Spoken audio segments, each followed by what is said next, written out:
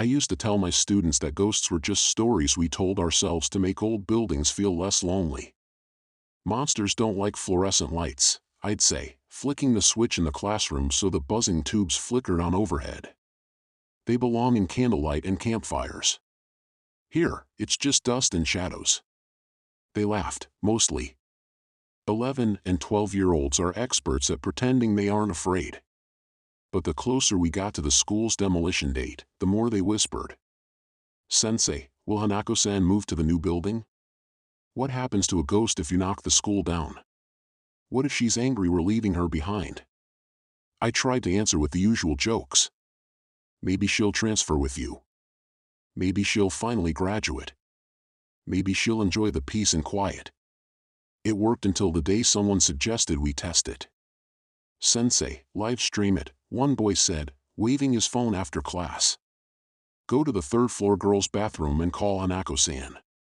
If she doesn't come out, we'll know she doesn't exist. A chorus rose immediately. Yeah, do it.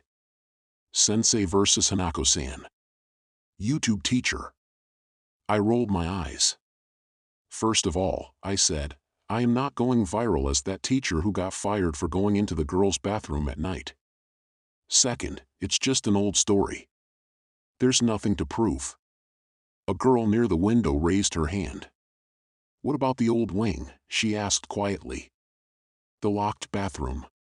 The one at the end of the north corridor. My mom went here. She says when she was a student, they did the Hanako-san thing there. On the third floor. The old wing is closed, I said. It's not safe. We're moving to the new building in April partly because the plumbing in that corridor is older than I am. But the door was open this morning, another boy said. We saw it. I frowned. That's not funny, I said. You shouldn't be wandering around there. We didn't go in, he said quickly. Just, the tape was peeled back. And the light was on. Maybe a construction guy came. The class dissolved into overlapping voices. I heard someone flushed when I walked past. My sister said a girl went missing there before they closed it. No, it was a teacher. My dad says that bathroom isn't even on the map anymore. Enough, I said, clapping my hands once. They fell silent. Ghosts or no ghosts, I said, you stay out of the old wing. That's not me being superstitious, that's me not wanting to explain a broken leg to your parents. Got it? A chorus of hi, Sensei followed, half sincere, half mocking. But the suggestion festered in my mind all afternoon. Maybe it was the looming demolition. Maybe it was my own curiosity, the same stupid streak that had made me choose horror literature as a thesis topic in university. Or maybe it was pride. They called me scared under their breath when they thought I couldn't hear. That shouldn't have bothered me as much as it did. I stayed late that evening to finish grading. By the time I put down my red pen, the light outside had turned the color of old bruises. Most of the staff had gone home. Only the office on the first floor still glowed faintly. I packed my bag, then hesitated. The image of the taped-off north corridor floated into my mind. The old wing. The forbidden bathrooms. The third stall on the third floor. I took out my phone. The battery was at 42%. Plenty. I opened the camera app, checked that the little red recording light came on when I tapped it, and then slipped the phone into my breast pocket, lens peeking out just enough. If it's boring, I told myself, I'll use it as a lesson. Show them the empty stalls. Turn their haunt into a homework assignment about urban legends. The building creaked around me as the heating system switched off. Old schools sound different at night. The echoes are longer. The stairwells feel deeper. I locked the classroom door behind me and headed down the dim hallway toward the north corridor. The tape was still there, a sagging line of yellow across the entrance, printed with bold black letters. Keep out, construction area. Someone had peeled back one corner. Just enough for a thin person to slip through.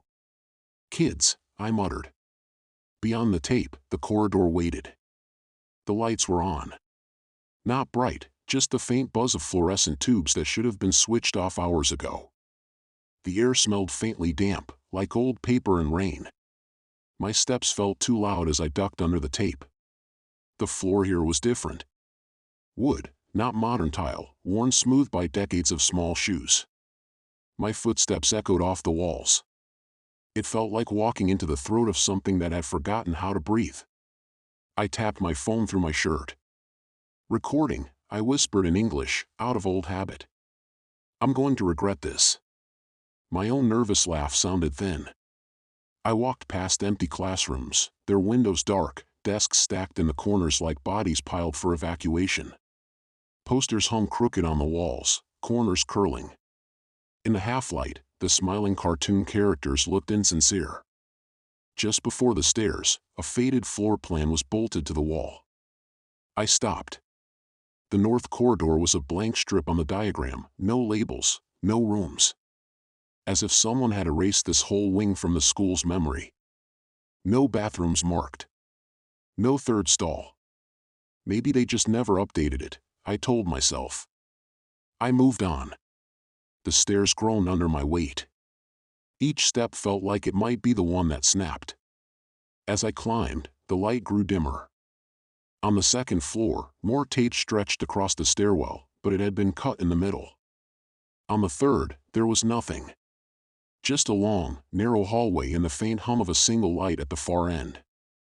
The girls' bathroom sign waited there, its little stick figure icon faded and scratched. The door stood slightly ajar. No tape. No lock. The tile beyond was dark. I paused. You are a grown man, I told myself quietly. You are a teacher. You give parent-teacher conferences. You pay taxes. You do not believe in school toilet ghosts. My hand still shook a little as I pushed the door open. It creaked like every horror movie door I'd ever laughed at. The smell inside was faintly metallic, like water that had stood in the pipes too long. The bathroom was old-fashioned, long row of sinks, mirrors with blackening edges, narrow stalls on one side. There were 4 of them. Not 3. The legend calls for the third stall on the third floor. But here, there were 4 doors, all identical.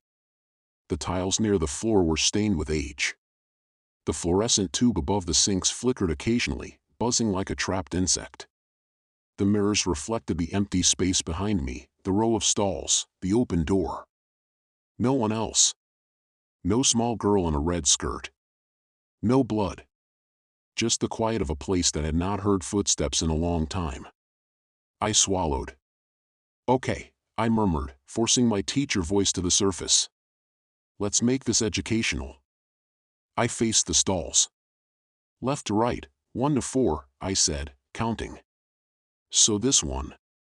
I placed my hand on the cool metal of the third door. Would be Hanako-san's, if she lived here. I waited. Nothing. Hanako-san, I said, half-heartedly at first. Are you there? Silence. I knocked 3 times. The sound echoed off the walls, solid, familiar. No answering knock. No giggle. No soft child's voice. The only sound was the flicker buzz of the light above me. I knocked again, a little harder. Hanako-san, I said, putting more drama into it for the recording. Are you there? The words sounded ridiculous in an adult male voice. And yet something in my throat tightened as I said them. The third time, I let myself lean in. The metal was cold under my knuckles. Hanako-san, I whispered. Are you there? For a heartbeat, nothing. Then something knocked back. 3 times. Soft, as if from far away. So soft that my mind almost filed it under plumbing or echoes. Almost. The sound came from inside the stall. Not the pipes. Not the floor. Directly behind the door under my hand. The hairs on my arms stood up. I pulled my hand away, suddenly aware of how foolish this was. Probably the building settling, I said, too loudly. Sound travels weird in old bathrooms. The room didn't care. The light buzzed. The mirrors watched. The door stayed closed. As I turned away, a girl's voice spoke behind me. "I'm here." I froze. The words were clear. "Hi. Young." They echoed off the tiles in a way that made it impossible to pinpoint exactly where they'd come from. The third stall door hadn't opened. The gaps above and below were empty. But the voice had been close. Too close. I forced myself to turn back slowly. "Hello?" I called, in my best teacher-on-duty voice. "Is someone in there?" "You shouldn't be." The door rattled suddenly, as if someone inside had slammed their hands flat against it. I jumped. Behind me, the fluorescent light flickered once, twice, then steadied. "Sensei," the voice whispered. A child's voice. Female. Asking. Testing. My name caught in my throat. None of my students should be here. No one should be here. This part of the building was closed. I took a cautious step closer to the stall. "If you're a student," I said carefully, "you need to unlock the door and come out. Now. It's dangerous in this wing." No reply. My own breath sounded loud. "Hanako-san?" I tried, because the alternative was admitting that there was an actual child locked in an unsafe bathroom with no one else around. Silence. Then, which one? The question was so unexpected it took my brain a second to process it. "Which, what?" I asked. "Which name?" the voice said patiently. "You called me Hanako-san. But that's not a real name. That's all of them. Which one are you talking to?" Something about the calmness of it made my stomach twist. Urban legends aren't supposed to ask for clarifications. I licked my lips. The air felt heavier now, as if the room had sunk one floor deeper into the building. "Are you okay?" I managed. "Can you open the door?" The metal creaked. The door shifted a fraction of an inch, then stopped. "Can you?" the voice asked. It sounded closer now. Right behind the thin layer of metal. As if the speaker were standing with her lips nearly against the wood, mirroring my posture. I realized then that my hand had moved of its own accord, resting against the door again. The skin of my palm tingled. I snatched it back. Behind me, the mirror reflected my own pale face and the row of closed doors. But something was wrong. In the reflection, the third stall had a small dark gap at the bottom, like the shadows of feet. On my side, when I looked down, there was nothing. Empty space. No shoes. No shadow. No feet. I looked up again. In the mirror, two small, pale ankles stood just above the line of the door, as if the girl inside were standing on the toilet seat. Waiting. Watching. The second I turned around to look directly, the gap was empty. My heart thudded unevenly. This was a bad idea. This was a very, very bad idea. My phone shifted against my chest as my lungs moved, reminding me it was still recording. "Okay," I said, voice shaking a little despite my best effort. "You know what? This is enough. This is going to be a very funny video for my students about overactive imaginations and bad acoustics." The toilet flushed. Not the one in the third stall. The fourth. Water roared briefly, then gurgled. A familiar, mundane sound. But no one had gone in there. No one had come out. The voice giggled. Not a cute, cartoonish giggle. A short, dry sound, like someone who'd forgotten how laughing worked. "You're late, Sensei," it said. "We've been waiting." Something was very wrong with the air. It felt thicker, like breathing through wet cloth. My limbs felt sluggish, as if the movement going from brain to muscle had to push through syrup. I stepped back, toward the door. My foot skidded on something slick. I looked down. Water pooled near the drains. Except it wasn't clear. In the flickering light, it looked faintly pink. The smell of metal grew stronger. I took another step back. Then another. Each one felt harder than the last. "If this is a joke," I said, voice louder now, almost angry. It's not funny. I'm leaving. I'll get the principal and we'll check the building together in the morning. I turned toward the exit. The door was closed. I hadn't closed it. There was no lock on this side, but the handle wouldn't move. I rattled it. The metal was cold enough to sting my fingers. Behind me, a toilet stall latch clicked. My skin crawled. I turned slowly. The third door was still closed. The first was closed. The second was closed. The fourth was slightly open now. Just enough to see darkness beyond. And sticking out from that darkness, at knee height, something pale and wrinkled. A hand. Small. Like a child's. Except the fingers were too thin. Too long. They gripped the edge of the stall door, nails scraping faintly against the metal. "Sensei," the voice said again, closer now, though the lips that spoke it were still hidden. "You're on the wrong side.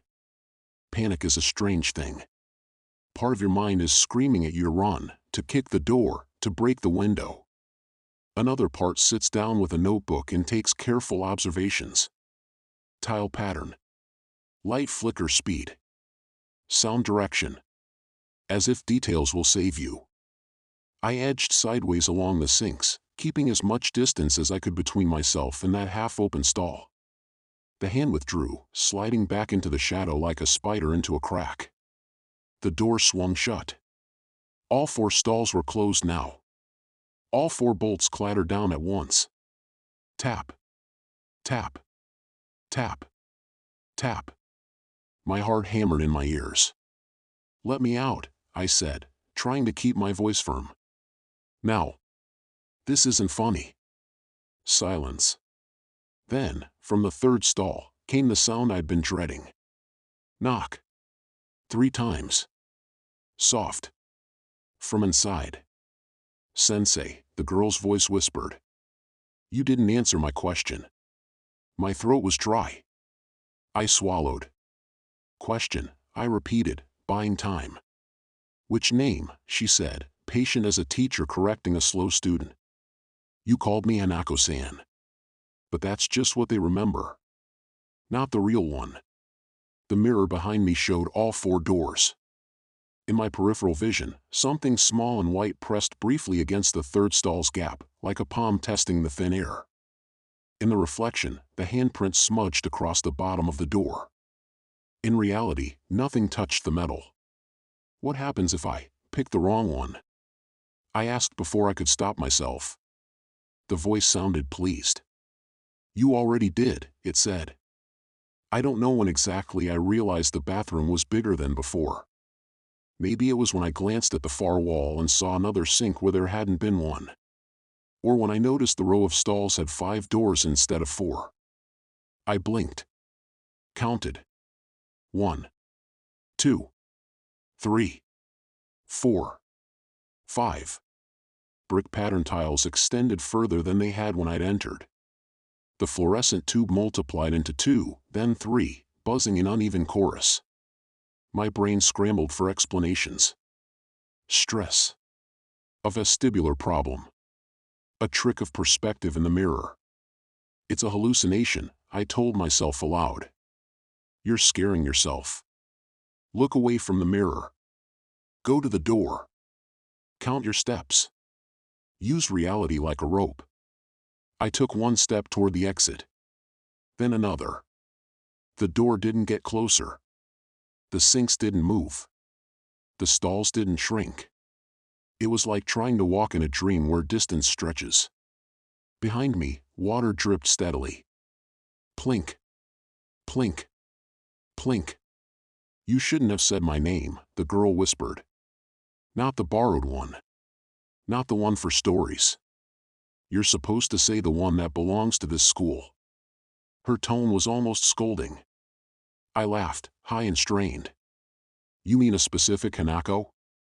I said. "A student who died here?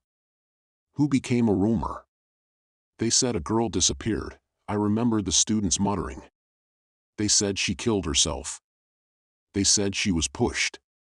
They say so many things, the voice murmured in my ear. I jumped. She shouldn't have been that close. But when I spun, the space behind me was empty. Only my reflection in the mirror. Only my own wide eyes. Except, over my shoulder, in the mirror, a small figure stood by the third stall. Her back to me. Hair straight and dark, cut in a blunt bob just below her ears. She wore a simple skirt and blouse from another era, Showa style, maybe. Nothing dramatic. Just a girl's uniform. Her head was tilted slightly, as if listening. But when I turned to look for her in the real room, no one was there. My reflection shivered. In the mirror, she turned slowly to face me. Her face was pale and oddly smooth, like a doll's. Her eyes were too round. Too dark. Not bottomless, not black holes, just the wrong kind of still. Her lips moved. The sound came from everywhere and nowhere. "Do you know my name, Sensei?" she asked. I couldn't answer. My tongue felt heavy. "Everyone already forgot it," she continued. "The teachers. The students. They just call me Hanako-san in the bathroom. Like I'm furniture." She took a step closer in the reflection. In reality, the space behind me was still empty.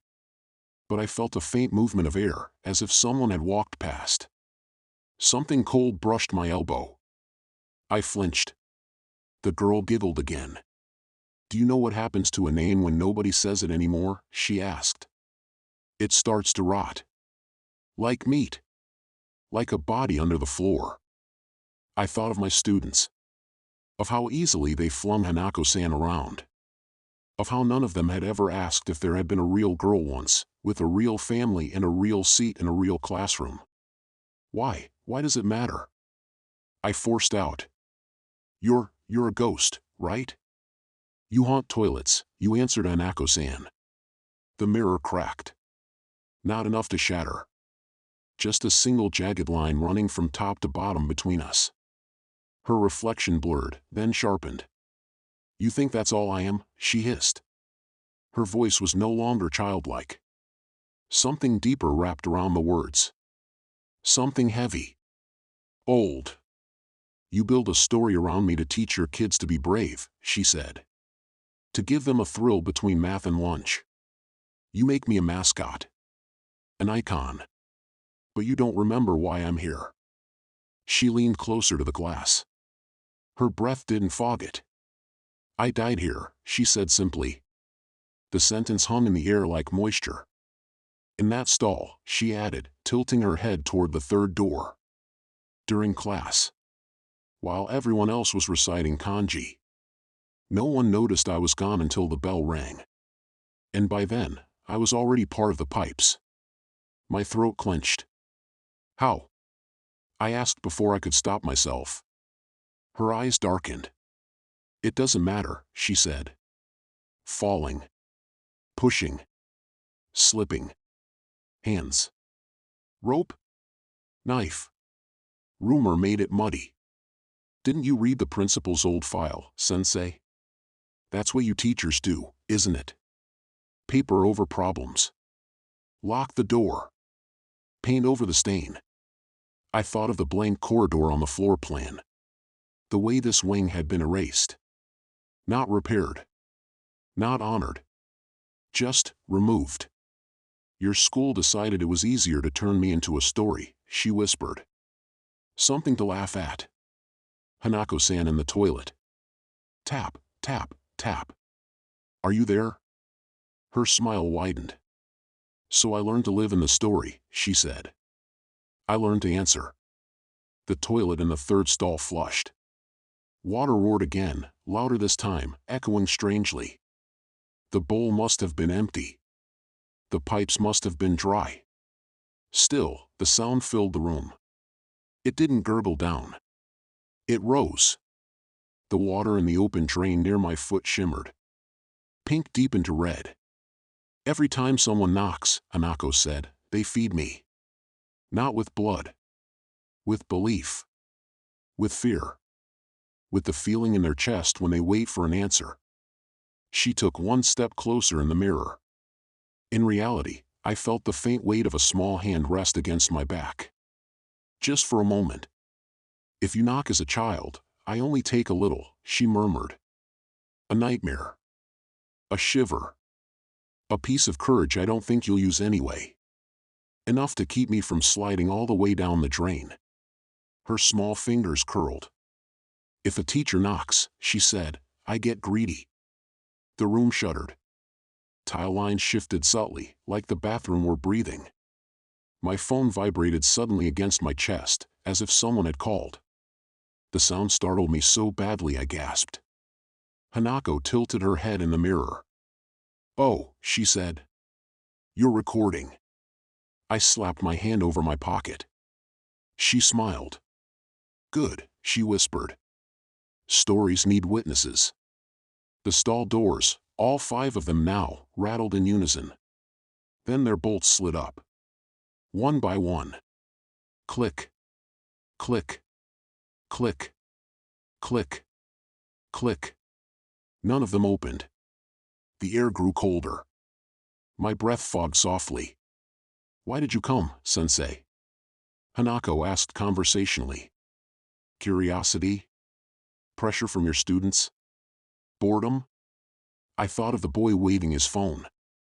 Proof she's not real.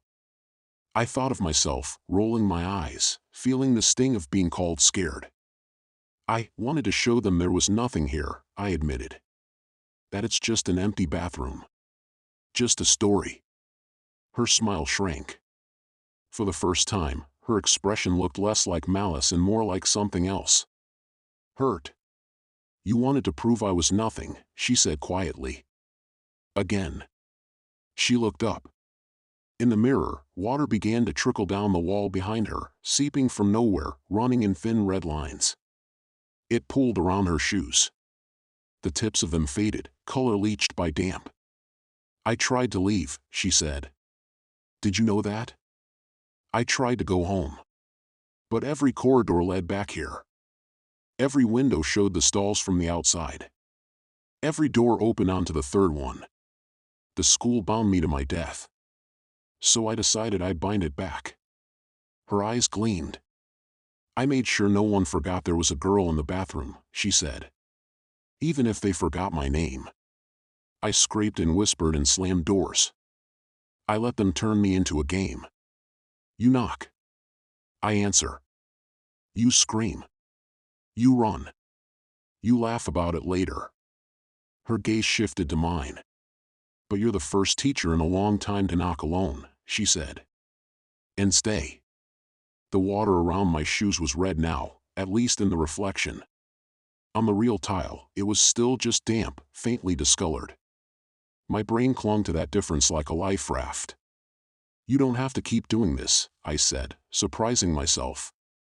Her expression flickered. What? You're trapped here because no one faced what happened, I said, words spilling faster now, as if talking could keep the room from shrinking. Because they erased you instead of remembering you properly. But scaring kids in bathrooms is all I can do, she snapped. Her voice cracked, high and brittle. Do you think I like waiting here between walls, listening to flushes and gossip about exams?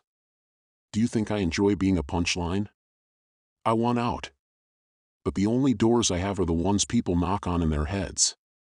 She pointed at my chest. Like you. The pressure on my back grew heavier.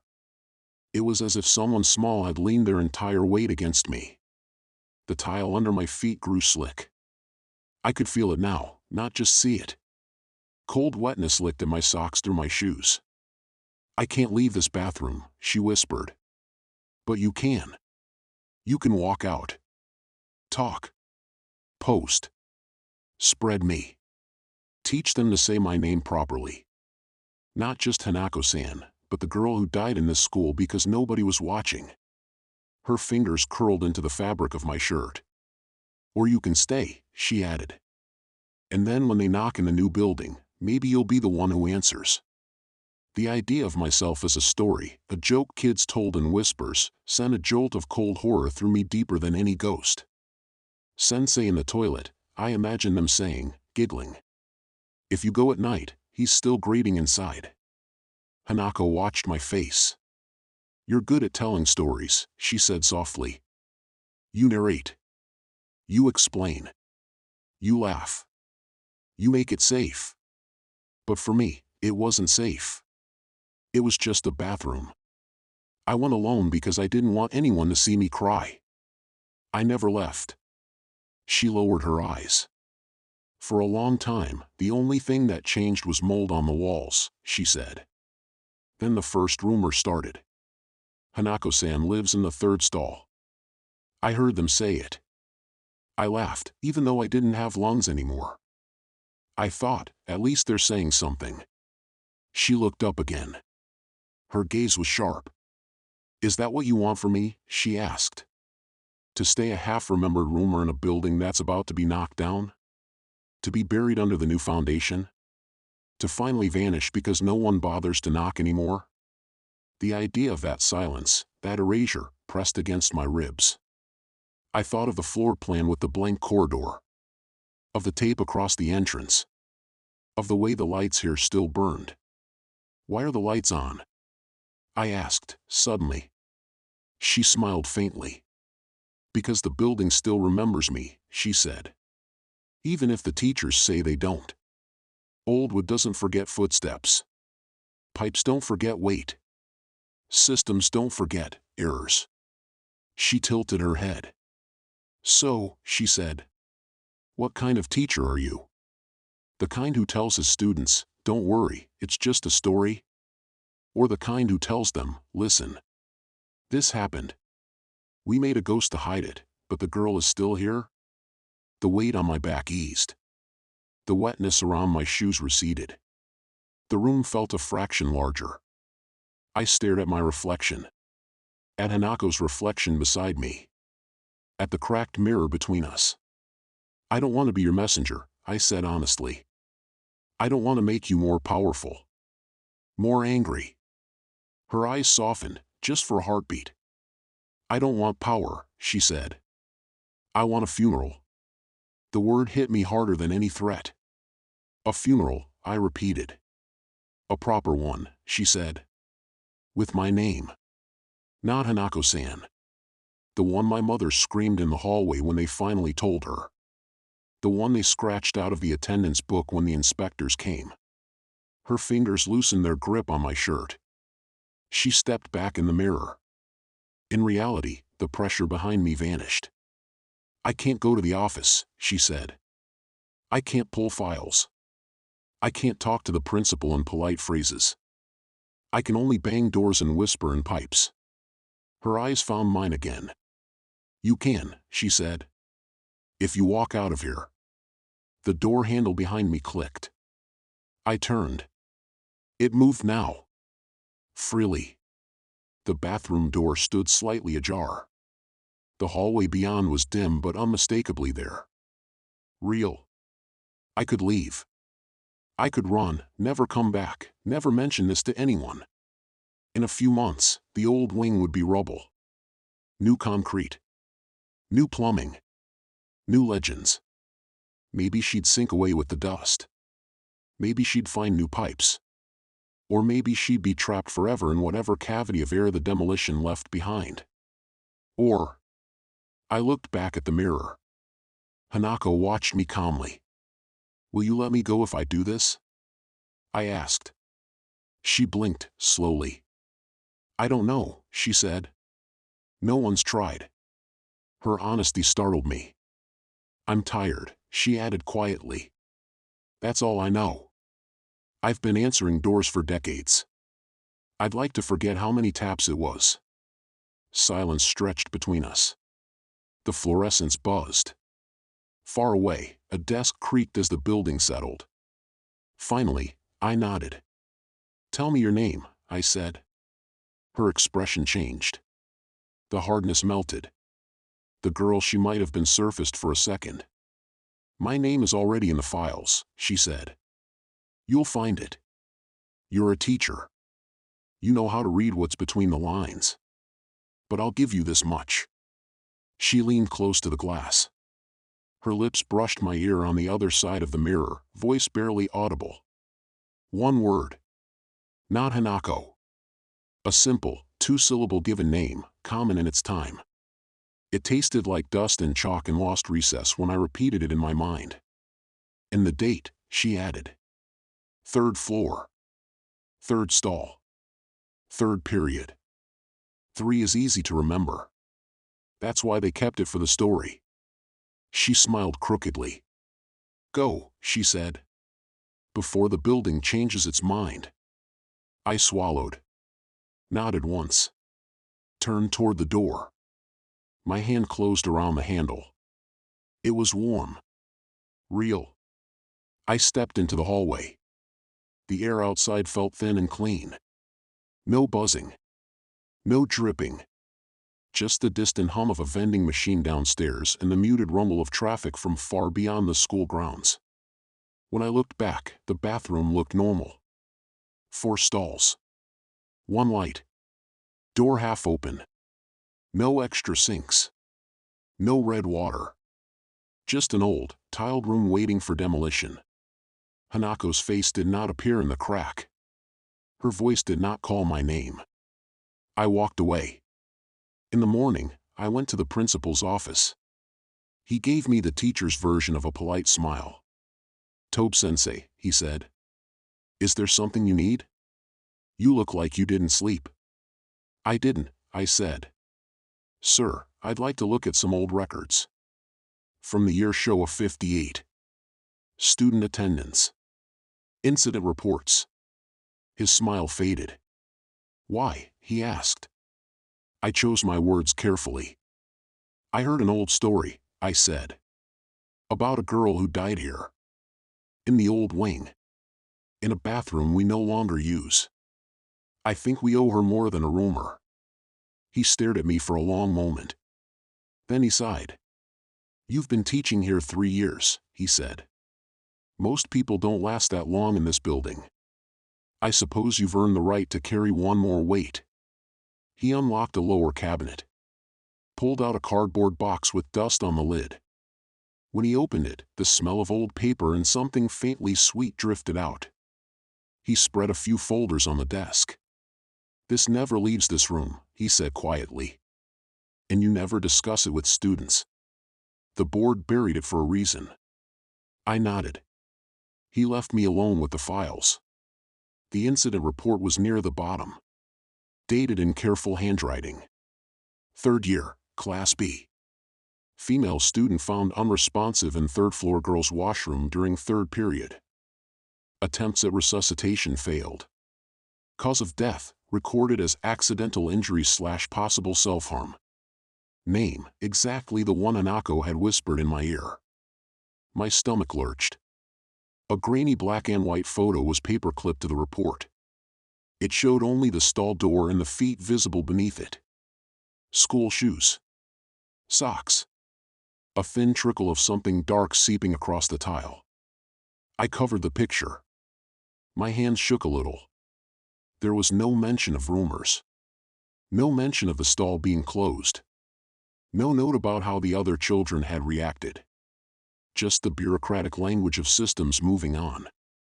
At the end of the report, a note had been added years later in a different pen. Old North washroom closed. Door sealed. Area to be removed from future floor plans. As if erasing a room could erase what had happened there. I closed the folder. Sir, I said when the principal returned. I want to hold a small memorial. Quietly. Nothing dramatic. Just, put her name somewhere that isn't a locked drawer. He studied my face. You're not the first teacher to ask, he said. But you're the first to come back after going up there at night. The comment lodged under my skin like a splinter. I thought that bathroom was locked, I said. His mouth twitched. So did the others, he replied. That afternoon, during homeroom, I didn't talk about ghosts. I didn't mention Hanako-san. I didn't dramatize anything.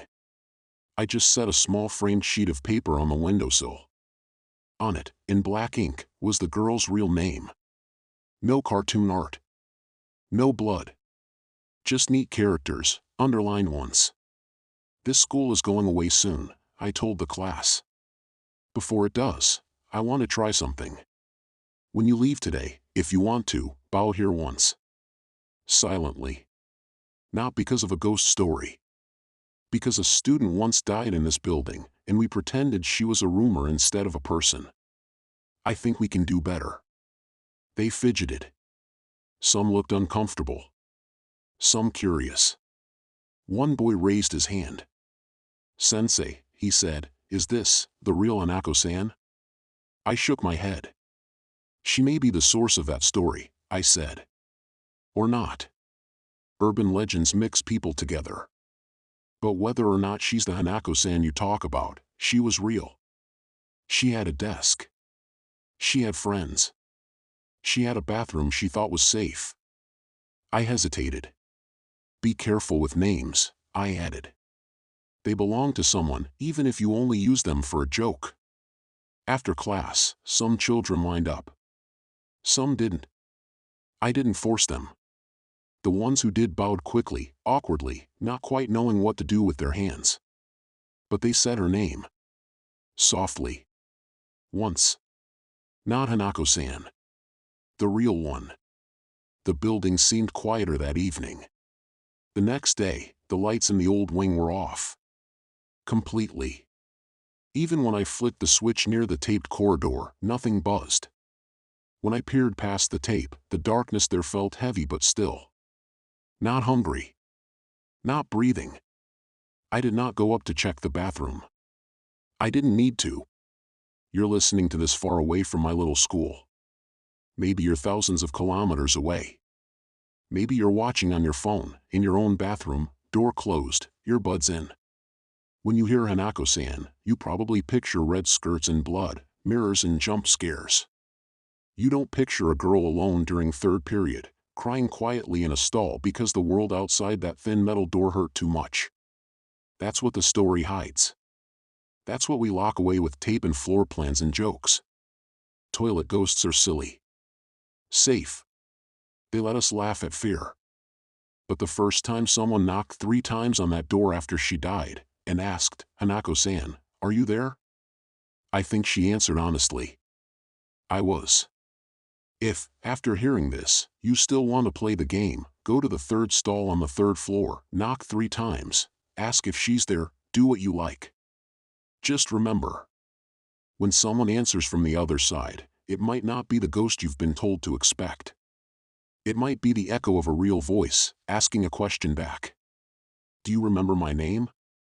And if you don't, if you laugh, flush, and run back to class, then somewhere in the pipes of your own school, something will shift, just a little, making room. Urban legends travel easily. All they need is a door, a mirror, and someone who thinks it's funny to knock.